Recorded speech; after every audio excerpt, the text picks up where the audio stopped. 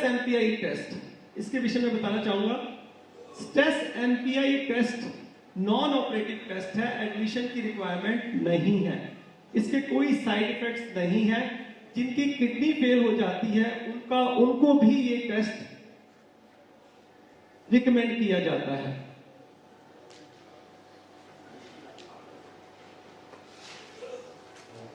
Heart की blockage के अलावा, हार्ट की ब्लॉकेज के विषय में तो जानकारी देता ही है ये टेस्ट, इसके अलावा दो तथ्यों की जानकारी और देता है।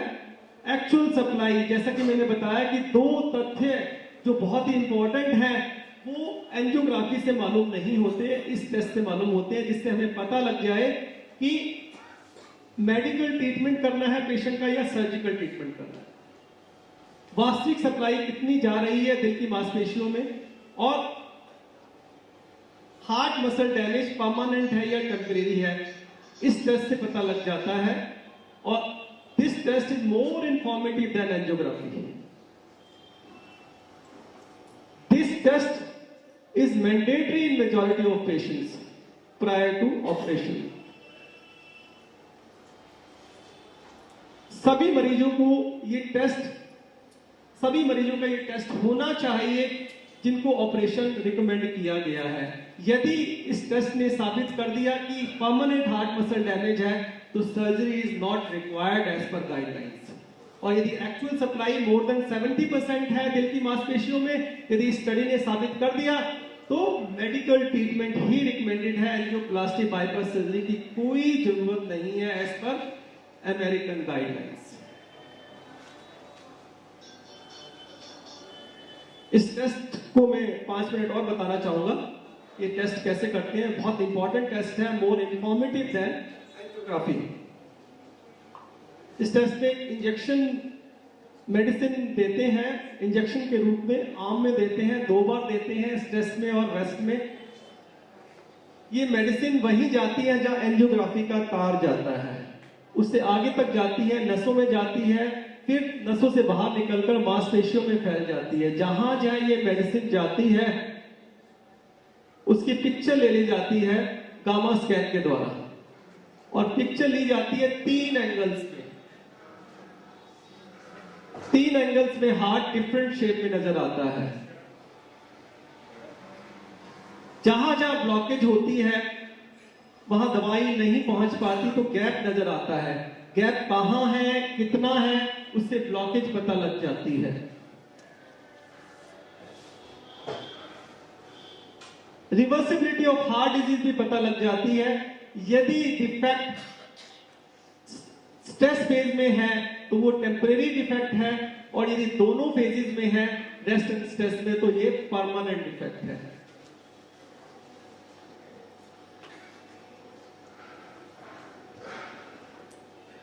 तीन एंगल से जो फोटो ली जाती है उसके विषय में बताऊंगा। 3 एंगल्स में ये एक एंगल है वर्टिकल लॉन्ग एक्सिस। हार्ट को ऐसे सेक्शन काट के फिर फोटो ली जाती है। इसमें हार्ट ऐसे दिखाई देता है सी शेप में, हॉरिजॉन्टल लाइक दिस। इसमें इस सेक्शन में फोटो ली जाती है और हार्ट गोल दिखाई देता है लाइक दिस। दवाई ऐसे फैलती है। इसमें horizontal long axis like this, ऐसे सेक्शन काटा जाता है और पिक्चर ली जाती है। इसमें हार्ट यू शेप नजर आता है लाइक दिस। दवाई ऐसे फैलती है। ये मशीन में पेशेंट को ऐसे लटाया जाता है स्कैनिंग के दौरान। Next next next.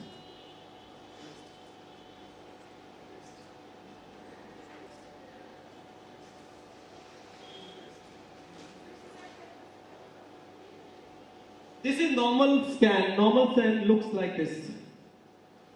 देखिए 3 शेप्स में हार्ट नजर आता है, round shape, C shape and U shape. Pictures double है,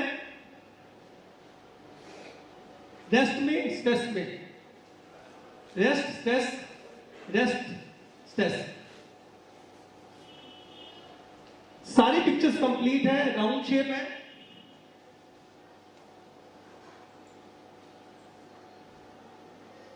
सी शेप है, यू शेप है, कोई गैप नहीं है, कहीं भी नहीं है, इसका मतलब कोई डिफेक्ट नहीं है, no blockage.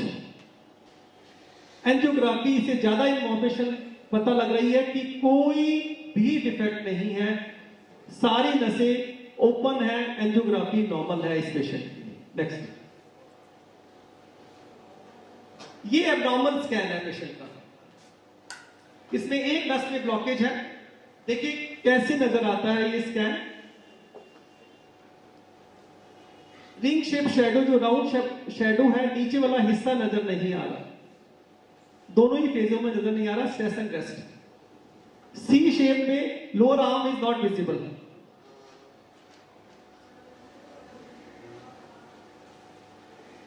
lower arm of C shape is represented by lower part of the heart being supplied by one vessel, right coronary artery।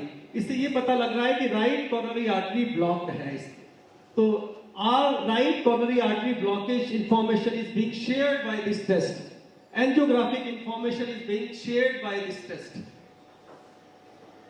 देखिए इस सर्कल में ये पता लग रहा है कि फ्लो कितना आया है, 30% एरिया में ब्लू शेडो है, इसका मतलब है 30% एरिया में खून नहीं पहुंचता, 30% डेफिशिएंसी है ब्लड की, 70% एक्चुअल सप्लाई अभी भी आ रही है।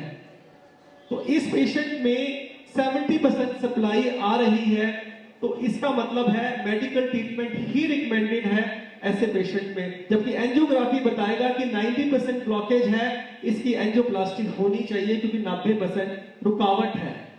लेकिन ये टेस्ट बता रहा है कि 30% ही डेफिशिएंसी है, 70% एक्चुअल सप्लाई अभी भी आ रही है, नेचुरल कोलेटरल्स की वजह से, नेचुरल बाईपास की वजह से। और इस वजह से मेडिकल ट्रीटमेंट ही रिकमेंडेड है एज पर अमेरिकन गाइडलाइंस। तो ये टेस्ट कराना बहुत ही जरूरी है, यदि एंजियोग्राफी हो चुकी है तब ही। तो इससे साबित कर सकते हैं कि एंजियोप्लास्टी का कोई फायदा नहीं है, मेडिकल ट्रीटमेंट ही रिकमेंडेड है इस पेशेंट में। और दूसरा कारण यह भी है कि दोनों ही पिक्चर एक जैसी है। देखिए परमानेंट डिफेक्ट है इसमें, दोनों ही स्ट्रेस एंड रेस्ट दोनों में ही डिफेक्ट नजर आ रहा है। इसका मतलब ये परमानेंट डिफेक्ट है। परमानेंट डिफेक्ट में सर्जरी का कोई फायदा नहीं है, surgery is not going to cure this problem क्योंकि it is permanent defect. Surgery is never recommended in this patient. जबकि सर्जरी कर दी जाती है ऐसे पेशेंट में यदि ये टेस्ट ना करें, तो ये टेस्ट बहुत ही जरूरी है करवाना।